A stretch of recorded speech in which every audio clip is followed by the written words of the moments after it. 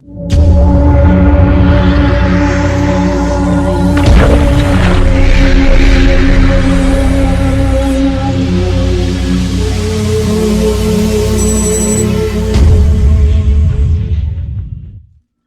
everybody, welcome to this episode of Thinking Outside the Longbox. I'm Gabe, and today on this special interview episode, I am more than honored to have writer, director, musician, cannabis rights activist, comedian, and crazed hermit in the woods, Tommy Chong. How are you today, Tommy Chong? I'm very well, thank you. And thank you for that long and confusing intro.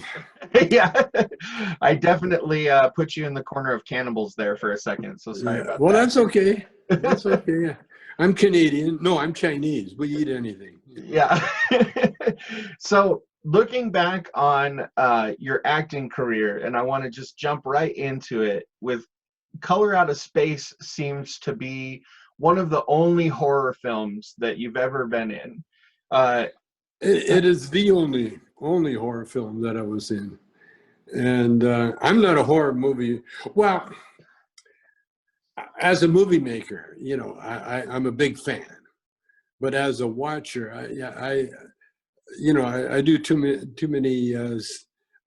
I smoke too much pot to look at scary movies, you know, because it's I actually wouldn't be able to sleep, you know. It's actually my favorite way to watch a scary movie. So, how was making The Color Out of Space different than the typical movies, or like a Cheech Chong movie, or doing that '70s show, which is comedic? Well, yeah, it was comedy. It's the same. It's actually the same. The only difference is instead of going for the laughs, you're going for the screams. You know. Yeah. I like horror movies because there's a philosophical side to every horror movie. You know, when you decide that there's nothing we can do except go to God, you know. Yeah. Then I like that part of it. And the other thing about Color Out of Space is I was totally into character, whereas the '70s show or Up in Smoke or Cheech and Chong, you know, it really is it is who I am, only to the nth degree, you know. But when I had to play a character like in Ezra in Color Out of Space, you know, I really had to become a character, another character. And because of my age and my laziness, you know, I don't really memorize scripts very well, because I'm such an improv actor that I you know, would usually wait, shoot a couple of scenes and see what it's needed, you know, and then go in and spice it up. But with this movie, we come up with the technique, you know, because these guys, you know, the director and that, they're pros, you know, and they're used to working with old actors. And when old actors do what we do, we get a little earpiece, you know, and so we get fed the line through the earpiece, and which is really letting the director have a part in your performance. You know, I did that a couple of times. I did it with that Silent Bob movie, and I did it with Color Out of Space. And then when I couldn't wear the earpiece, you know, when I really had to go in there, the director, Stanley, is it? Yeah, he's an old pro. If you're an old pro director, what you do when you get your old actor in there, you get it in such a way, you ask the right questions, you know, and then we respond. And so there's no long speeches, you know what I'm saying? There's more, and whatever speeches there is, what he'd let me do is let me ramble on one direction. And then if we had to do it again, he'd say, okay, but emphasize this instead, you know? And so you get that natural performance, which I did, Yeah. which I thought was very, very natural and very, you know, because when you get a certain age, you're just more worried about when you're going to eat again than you are about the like when we were young, you know, up in smoke, you know, that was our careers at, you know, at stake. And so we really put out the energy. But when you're an actor, sometimes they don't want you to put out that energy. You know, sometimes they would rather you know, do according to their script. And so I really enjoyed it. I really enjoyed the process. I saw a little bit from Marlon Brando, because later I studied all these guys, and Jack Nicholson too. You know, later on in their lives, you know, after memorizing so many scripts, you know, you can forget one script and start doing another. You know, it depends on where your mind is. You know. And so what I call director assist, I can do anything, you know. Just tell That's me what to awesome. do and I'm good. So, you know, you're a cultural icon at this point. You're somebody that my dad recognizes and loves, and somebody that like my kid recognizes and loves. Yeah. You know, like from, I mean, decades and decades of people watching your movies, laughing at your jokes.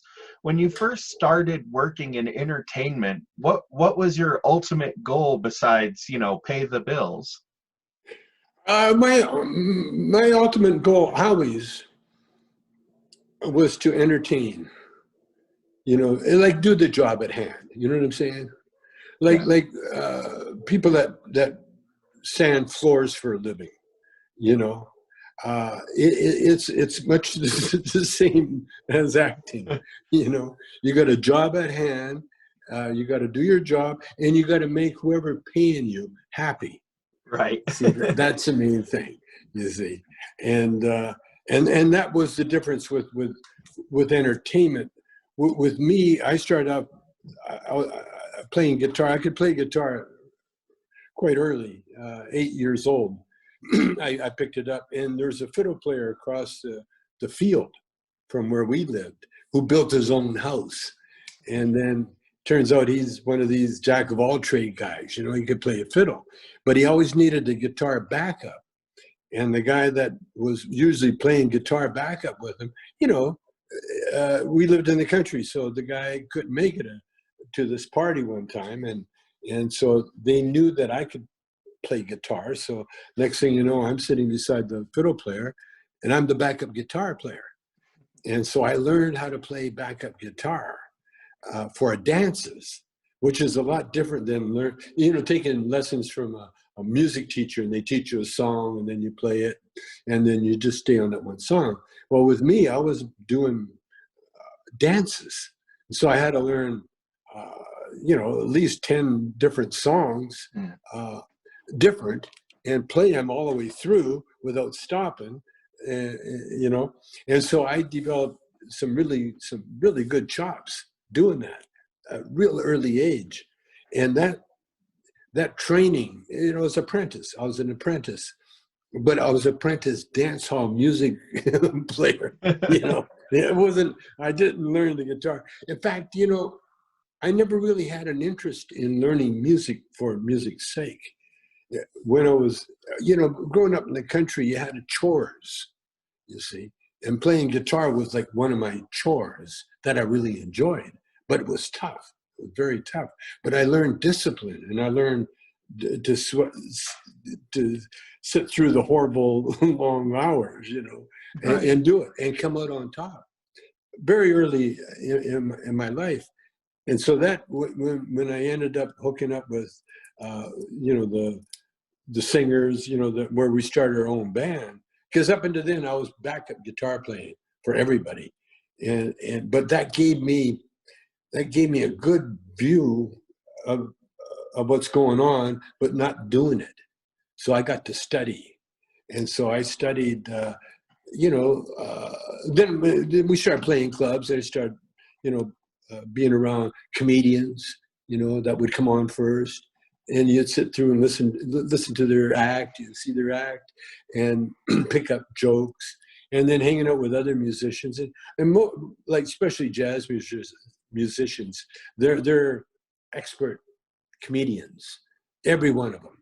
Every jazz musician I know has a joke that is so funny, and they know exactly when to tell it and so on. Timing.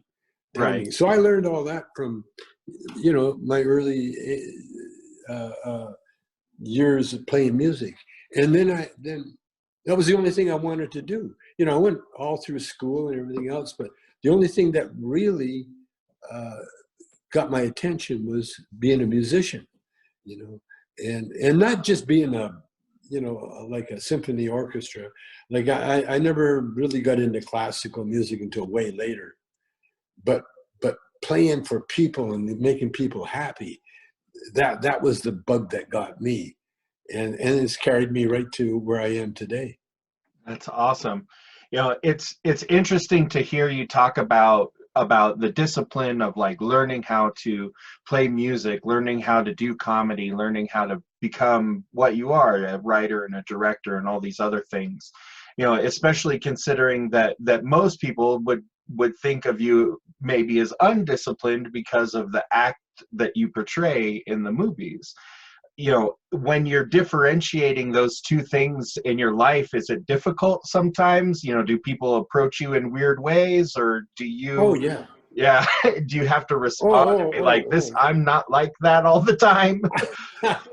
Well, again, it's what I learned, especially from the fiddle player, be in the moment, play the song you're playing, concentrate on that, make that the best song ever. You see, that's what he taught me, and he taught me to keep the rhythm, be consistent. In other words, and then do the job at hand. If someone wants to hear the same tune over and over again, that's their right. They paid you to do that, and so you play the same song over and over again. And then when I got with Motown, I got with a real Motown singer, Bobby Taylor. He had discipline too. Now he taught me how to sing. Before that, I never said a word. I never talked on the mic except to say, we're going to take an intermission now. We'll be back in 15 minutes. That was my only rap in the mic. I had no interest in being a singer and being a rap, talking, until I met Bobby Taylor. Now, Bobby Taylor had a singing background. Well, background, singing, you're a singer. Yeah. And you had to hit notes. And you had to hit notes while you're playing guitar at the same time and doing steps. And so that took a lot of discipline, a lot of learning, a lot of sweat and tears, but I learned how to sing. And then somewhere along the line, where was it? I forget where it was. Oh, my wife, she's a student. She was really good in school. She graduated with honors, and she never went to university. She should have went to art school. She's a fine artist, but she learns everything from the numbers, learns everything from scratch. And so I had her on stage with me because she's too beautiful to leave at home. And so I put her in the act, and part of the act, I sing. And so she was singing backup. And so she likes to take lessons to learn how to do that. And so she started taking singing lessons. And so because I was hanging around, I ended up doing some singing lessons too. Well, the singing coach, she heard my voice. She goes, "Oh, wow, you got a natural voice, a good voice." And so she pointed that out to me. And so then now I switched from guitar to singing. Now I started learning how to sing, and so it's the same thing. I put in the work. I listened to Sinatra over and over again, Nat King Cole over and over again. I took singing lessons from when I was on The Masked Singer, and that's the key. The key is getting the best teacher. That's a shortcut to anything. It's like reading directions. You get something, and the last thing you do is read directions. Well, my wife is the kind that she'll read directions first. Probably more like me, you read directions second, I assume. Yeah, to see where you went wrong. Yeah. Oh, So, that's what I was supposed to do. No, if you had it done it first, you wouldn't have had that problem. But then again, if you had done your research, you wouldn't have bought that thing that you can't put together anyway. right. So one of my favorite things to do is get high and read. And one of my favorite authors to read when I'm doing that is H.P. Lovecraft, who wrote the short story that The Color Out of Space is based on. You know, he writes these very expansive, like, you know, scapes of just craziness, and it's always really fun for me. Were you familiar at all with his writing before you made the movie, or did you have to read the story before you worked on the movie? You know, I got turned on to science fiction really early in my life. And it's the funniest thing. We had outhouses when I was growing up. But my dad was Chinese, and he built this beautiful outhouse. It was more like a sauna, you know, with the holes in the seats. And he used to bring different books. Back in the day, you know, we had no television, or we had radio, but you know, it was mostly music. But for literature, you know, we were kids, and of course we had a comic book collection. Mm-hmm. But my dad liked science fiction, and so I got into science fiction reading, and that was wow, in the outhouse, you know, and that was like our library. I got heavy, not heavy into. I was never heavy into anything, you know, Right. just like when you're growing up on a farm, uh, you do chores, you do what's necessary to live, and so you have to, you know, bring in the wood and carry the water, how to do all those chores, or do your homework, you know, Yeah. or read a book. You know what I mean? There was no leisure time in the country, I'm and definitely going to play this moment for my 9-year-old, just so you know. Read a book, do your homework. yes, yes, but that is a I got a tip for you, man. For your listeners, when I had cancer, I was recovering, and I got bad eyes anyway, but I couldn't have, you know, I couldn't read when I was laid up. And so I had my daughters from my first marriage. They would come over and they'd read to me. Hmm. Well, my favorite book is they're spiritual books by different spiritual writers. Like Joel S. Goldsmith is one writer. If you want to check him out, he's really good. Emmett Fox is another.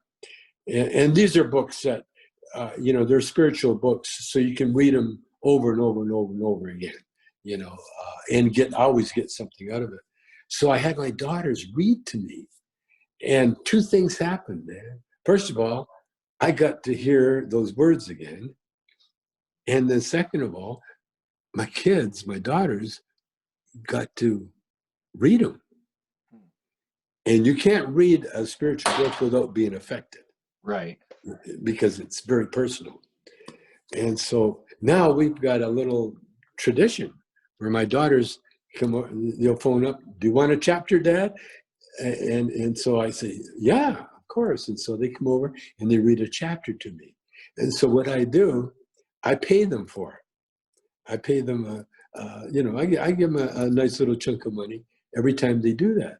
And so they got an incentive to come over to read to me, but they also walk away with the knowledge of what they've read. Hmm. It is, try that with your 9-year-old.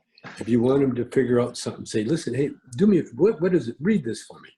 And let them read it for you. And then without correcting it, just let them read it. And then that's it. Thank you. Okay. Or if you want to be like me, when you pay them, they kind of have an excuse to read to you a few more times. Yeah. She'd really like that. I think I'm definitely going to try that with her. That's Oh, awesome. it's incredible. It's incredible because you're making them do something that, instead of you reading to them, Right. their minds can wander. But when they're reading to you, they got to concentrate on what they're doing. Huh. And when they do that, they get the benefit of what you're reading. So it's incredible. I do that again with my wife. My son just got married, and she's from Indonesia, and so she was having a hard time. She was pregnant. She had a baby. We got a new little granddaughter, but she's miles from her home, and she was feeling postpartum the depression from having the baby and everything else, and so she was kind of going crazy. And so my son phones me up right away, Dad, help. And so I went over there with the book, and I said, can you do me a favor? Will you read to me? And so she read to me, and it can't help but change everybody, because you're reading these beautiful truths, that explain so much. And for some reason, I don't know if it's how freaky it is, but whatever was bothering her, the book gave her the out. You know what I mean? Relieved the pressure, relieved the fear, and so I talked to my son later, and he goes, "I don't know what you did, Dad, but everything's fine." And so, yeah, it's just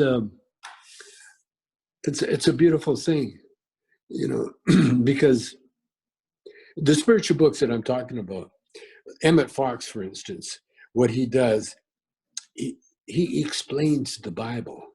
See, the Bible was never meant to be taken verbatim.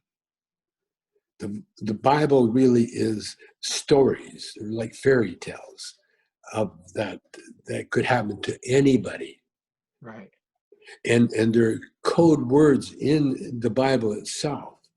Like when they say baby, for instance, it has a lot deeper meaning than just an ordinary child, a baby. It can be the awakening of a new idea, a new belief. It's a baby, and it has to be nurtured, it has to be kept, it has to be fed, and it has to be protected. And when you learn these things, then you start realizing, oh, all these messages in the Bible, and when you see what these evangelicals, they take it out of context, like for instance, you could pick up snakes without being killed. Well, that's a metaphor. They never meant you to pick up a real snake. What it is, it's an idea. You pick up an idea that can kill you, And so when you get enlightened, they can feed you some erroneous idea, like what's going on with Trump. But you can see that poisoned snake, you don't want to touch it. You don't want to go near it. But it's not going to kill you because you know how you know the reality behind it. And that's what I'm learning now. And I've always learned, I've learned this over the years. And that what you explained, earlier, the introduction, my introduction, it really should have been, this is Tommy Chong, never finished high school. But instead, author, movie director, I directed 5 movies. I never got through high school, let alone go to film school. How did I do all this? How did I write a hit song? With Motown? How did I do anything? It's not me. It's the power within me. See, and that's that eternal power that it's in all of us. And it's the ones that really go to great heights are the ones that found that power and they know how to use it. And that's what I'm doing. And everybody can't do it because everybody's here for a different reason. We're all of us are here for a couple of reasons. One is to populate the planet, to keep it going, and the other is to help each other. And that really is it. Because if you look at nature, like in our kitchen, because it's hot outside, we got an ant problem. You know, if we leave any bit of food around, ants come like crazy. You know, they send out their little scout and they say, hey, we got the party over here, and boom, we got a zillion ants coming over. And of course, they're a pest in the kitchen. You know, we get sprays and spray them, kill them, everything else. But I was outside working in the yard, and I looked down, oh, there's another ant colony. And I'm looking at the ants, and I realize their only job is to help the planet, to pick up the little scraps, the little whatever it is that they call food. And that's their only job, is to help the planet. The bees, that's why, you know, back in the day when you give your kid a sex talk, it was about the birds and the bees. It's about nature. Right. It's about nature. Everybody's here to help the planet. And I think that's one of the reasons that we ended up with this pandemic, because this pandemic is helping the planet. If you notice, it stopped all the air traffic, or a good deal of it. There's no more pollution that was going crazy. You know, the factories were shut down that were polluting. Everything that was going crazy is shut down. Yeah, glaciers are melting, but that's what happens to ice when it gets warm. It melts, you know. And it's not the first time Earth has been without ice, you know. And so this is what we have to do as a human race. We have, first of all, we have to realize we're all individuals. We are all individuals. That we can become a pack, but you know, just like people with the pandemic, a lot of them, they're dying without being able to hug anybody, or because they come in the world alone. You go out the world alone, no matter who you are, and that's what's happening. And so, what I learned, you know, through actually asking. You asked about asking.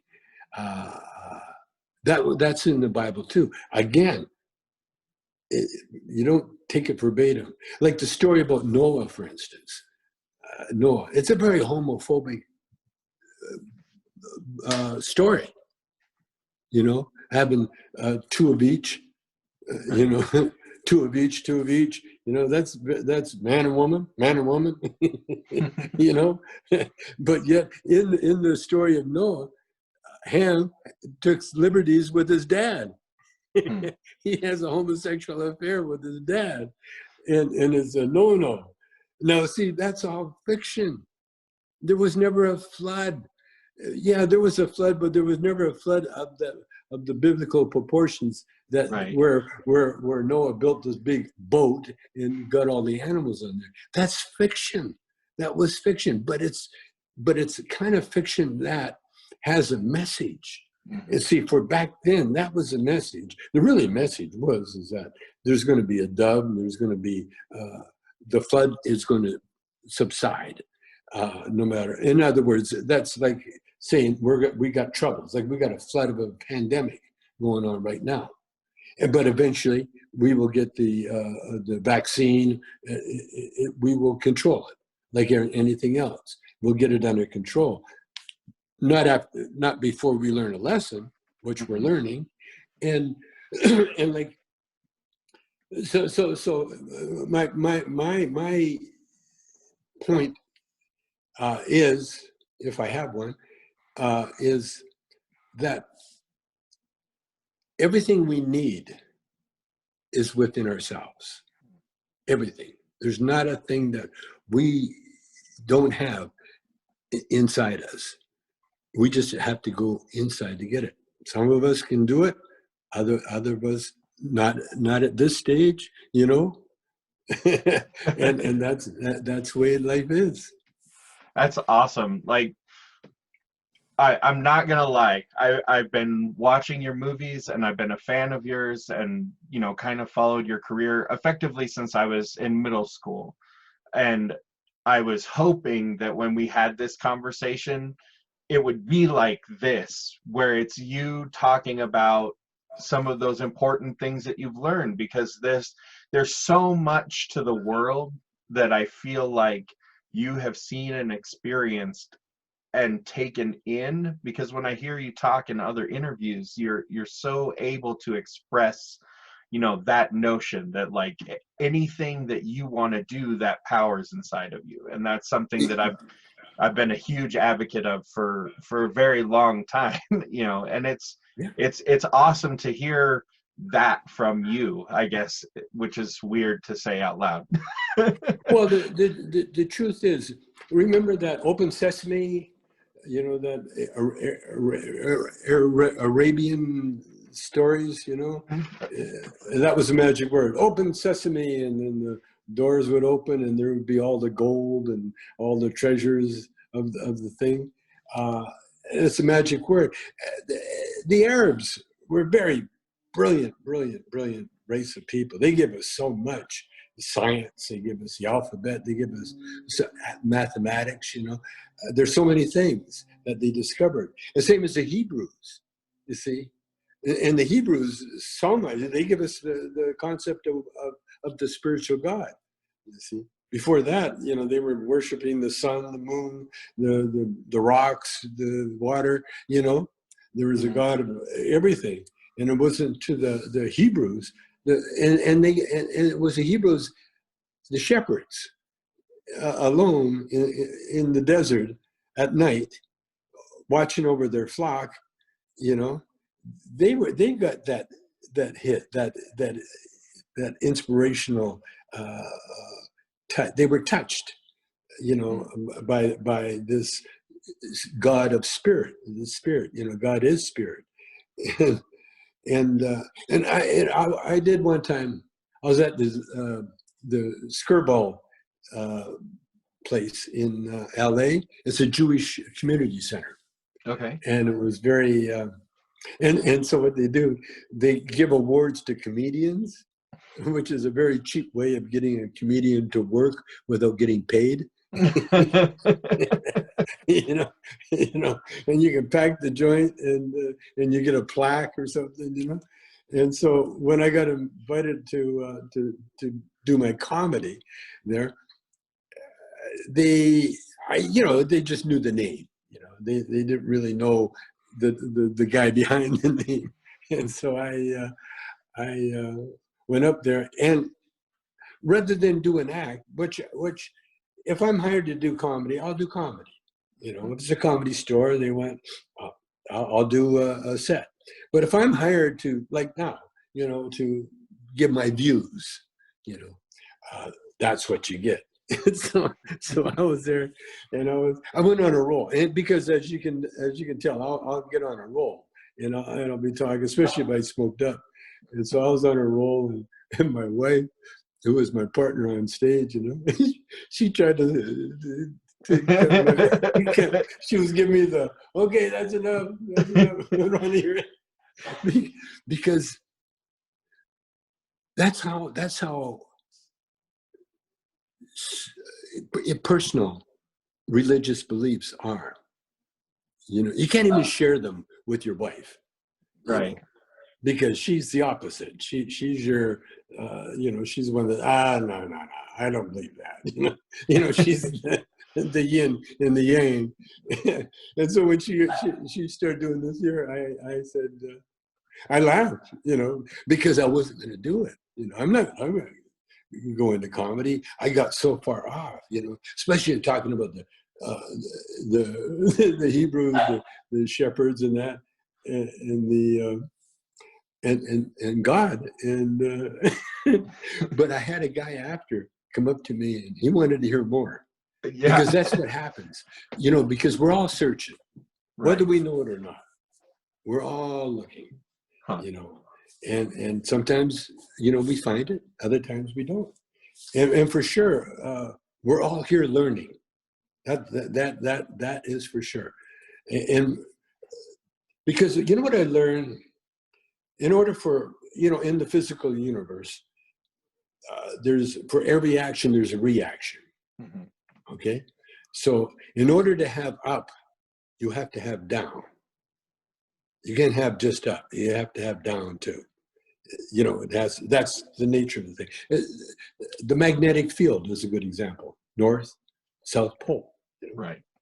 Opposite positive, negative, and then they can be reversed, and they can reversed again, which is a concept of the electric motor, you know, and that has always been here. That electric power has always been here, and that power in the physical universe is what makes us human, you know, or of flesh, of flesh and bone. We need that in order to exist in this physical universe. In the spiritual universe, where there is nothing but love. You see, that's the greatest thing. When you look at, again, the Bible was just talking about man's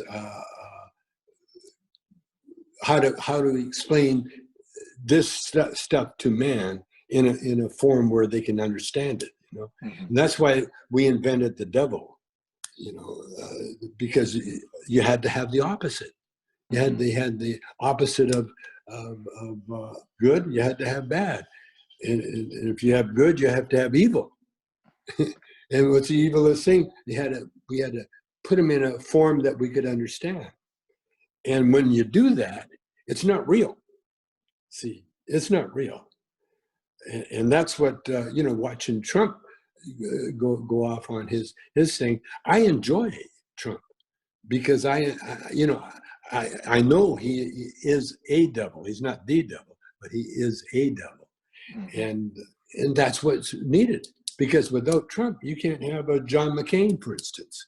You know, you have to have the opposites. Not everybody can be heroes. Not everybody can be non-heroes. But you have to have one. One will begat the other, and that's what I found. This is just in the physical world. Right. Now, when you die, or when you go into transition, you go into the spiritual world, and God is spirit. And in the spiritual world, there's no want, there's no need, there's no desire. Therefore, there's no evil. There's not a smidgen, because evil is just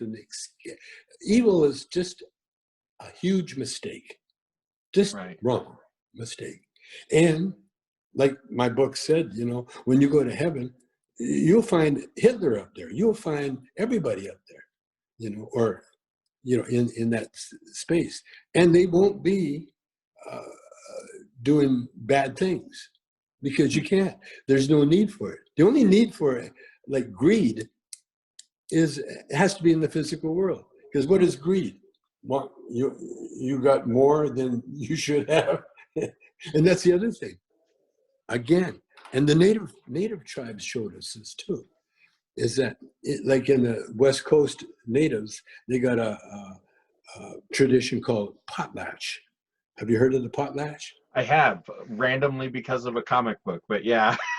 Yeah, a potlatch is when the chief acquires so much good, he has a party and he gives everything away, including food. He gives the food. They give food to the ones that don't have food. He gives clothes to the ones that don't have clothes. He gives canoes to the ones that don't have canoes, you know, and that's his job. And then when he acquires more, he has another potlatch. Well, that's the problem with America today. We haven't learned how to do a decent potlatch. You know, you can't do it by taking someone's stuff. They have to do it, what do you call it, without, you know, on their own, you know. It has to be done that. That's why you get a lot of people that are wealthy, you know, they run it. That's why you get a lot of people doing evil things, and you wonder why are they doing that? They got so much. Why? And the reason is that they're all looking. Everybody is looking for validation. Right. That's what they're looking for. Like with me, for instance, I got a lot of Trumpy fans that really like me. And why? Because other people like me. And so when we go to a restaurant, you know, oh, there's Tommy Chong. Oh, you know, and there's a, you know, TMZ comes over, talks to me, everybody. And so these rich people that are with me, the Trump supporters, you know, they love that. They love being, you know, liked and being noticed and everything else. But the truth is, I got where I'm at because of what I've done and what I believe. You see, and you, and that's why the other thing I had to learn. In fact, I told this on the last podcast. Is there was a couple of things that, basically the Bible repeats the same message. It's a very simple message, do unto others as you would do unto you. And so I was trying to articulate that, as a philosophy. And what I learned is that everybody's on a different path. Yeah. It's like going on a hike and you meet some guy that's been there and and you're walking down the mountain and he says to you, "What's it like?" Well, the best answer is say, "Go find out." Right. It's up there. Go look. Yeah, because I know what it's like for me, but it's going to be different for you. And that's what life is all about. And that's what I've been grooving on it. And I've been, my message, to my Trumpy friends, they're so worried. And because what happens when you get any kind of wealth, then the worries kick in. Because are you going to keep it? Is it going to be gone? You know what I mean? Yeah. Like when you're homeless, for instance, you don't have much to worry about, except whether the tent's going to leak or not, or if you have a tent, or someone's going to be in my spot when I get there. You know what I mean? But other than that, you don't have rent to pay. You don't have kids. You got all that freedom, and that's why I don't feel the least bit sorry for homeless or people, because everybody's going through their own learning curve. Mm-hmm. And that's what I found out, and that's what I learned with Cheech and I too. When Cheech and I broke up, why? Because we had done everything that we could have done together. Mm-hmm. Now we had to go off on our own to learn to do things separately, and we're still together. We can still be together, but we also got another life, with the thing. We lived our lives. You don't just live in that one bubble, Right. You try all the bubbles. That's awesome. Well, I better wrap this interview up before I get in trouble with your people, because everybody has people. But JP. But before I do, I just want to ask, what kind of things can we look forward to from Tommy Chong? What kind of things can we find on the internet, and how can we find you? Well, I've got a lot of requests for these breath strips that we're selling here. Just a minute. Get one. These are like little breath strips.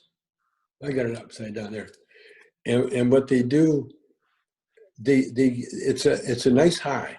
Yeah. It's like smoking a real big doobie, and I had it upside down again. Oh, here it is. And so you can go on TommyChong.com and go on the what do you call it, products, and then you can go find out where the products are available. They're hard to find. My Trumpy friends they love the strips. And, oh yeah, they love it. But they're con men like Trump, Yeah. So, Tom, I looked all over for him. I had to have my secretary look for him. We can't find these anywhere, which is Trump talk for just give me some more free ones. Yeah. Just give me the free ones. Yeah. But yeah, we're opening Cheech and Chong dispensaries. Oh, awesome. They're called dispensarias. We're going to be in 5 states, but we're going to be in San Francisco first. We're working on it now, and LA. We're going to get stores going there in the strongholds in the Cheech and Chong land. Once we got that going, I've got a bomb company used to be our competitor, Jerome Baker. He makes the greatest glass bongs. There was two companies, Cheech Chong Glass, which I got busted for, and Jerome Baker. And so we've teamed up. And Jerome Baker has created this, it was $1 million bong, but now it's $1 billion bong. Because, you know, million, everybody can get $1 million. $1 billion bomb, and we're going to tour as soon as we can. Maybe do drive-ins and stuff like that. But we're going to tour with our bomb collection. It's art. It's the high art class. That's awesome. So, you know, there was like, they have Lalique, and, you know, they make these vases and these great glass collections, and they're worth a lot of money. And so we're creating an art, high art, with the glass bongs. And here, this is a Chong bong. Oh wow! This is one that he made. Now these are just so gorgeous, and they're so nice to smoke out of. But to be honest with you, Cheech he got a collection of Chong glass bongs, and he just puts them away, stores them away. Yeah. And he's got them stored away now. And so they were like a couple of thousand back then. Now they're at least double that. This is where you keep your money, you know, the rich people. Yeah, you get a nice collection, you get a nice art collection. And so we're going to be going around the country selling high art glass and low art glass too, by the way. You know, that's my expertise. Oh, I got to show you this one. This is my latest pipe. This is a pipe. Did you make it out of? I found some beautiful ironwood. It's called ironwood from the desert. Now, what I did, I'm getting old. You know, I'm not that good at carving that, but I cut it in such a way, and I look at it. Oh, that's a nice sculpture. Then I started staring at it, and I thought, well, if I made a pipe, how would I do it?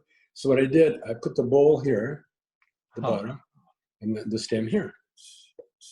But what it does, it just stands on its own. It's an art. It's a sculpture. Because and it's a one of a kind. And so this I'm not selling any of these while I'm still alive. Right. What I'm going to do, I'm going to just keep making these and storing them.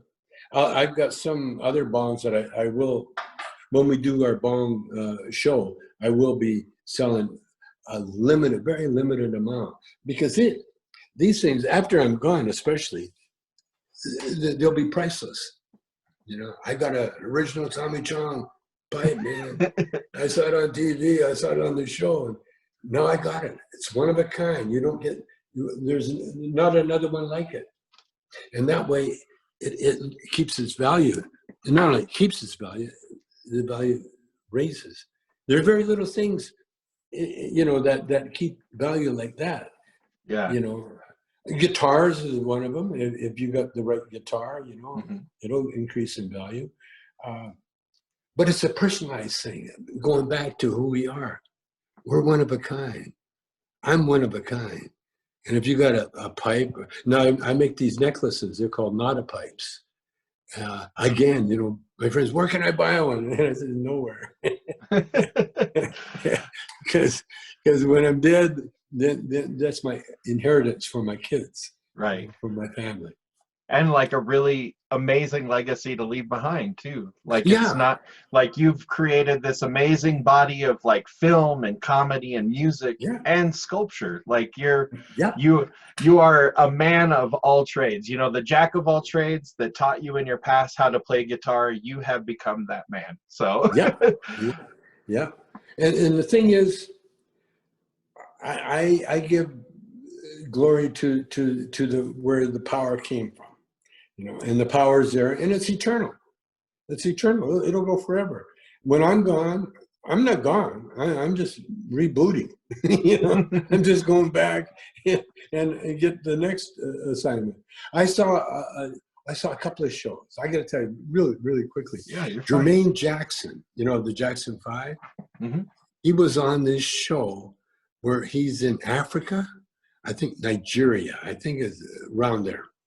And they're on this island where they used to, the last stop where they would put the slaves, where they imprisoned the slaves. And it was called Ellis Island, I think. And so while Jermaine was there, he met an artist, and the artist did this sculpture of this black man in chains, and he's breaking through with chains, and he's pointing to heaven. And then they asked him, what was the name of the island? And the artist said, well, it was called Ellis Island, but it should be called Kunta Kunta Island, after the first Mandingo, you know, the slave in Roots. Mm-hmm. And so, and now Africa is run by Africans, black Africans. And so the king got word of it, it hit the paper. And so the king made a proclamation that they changed the name from Ellis Island. Now just think of it. Huh. In their head, they were enslaved so long and for so, for so long that they accepted the name of a white slave owner as the name of that island in their land. Hmm. And it wasn't until an artist come along and says, no, that's Kunta Kunti Island, because he was the guy that was in prison. You know, the guy they named it after, he had nothing to do with it.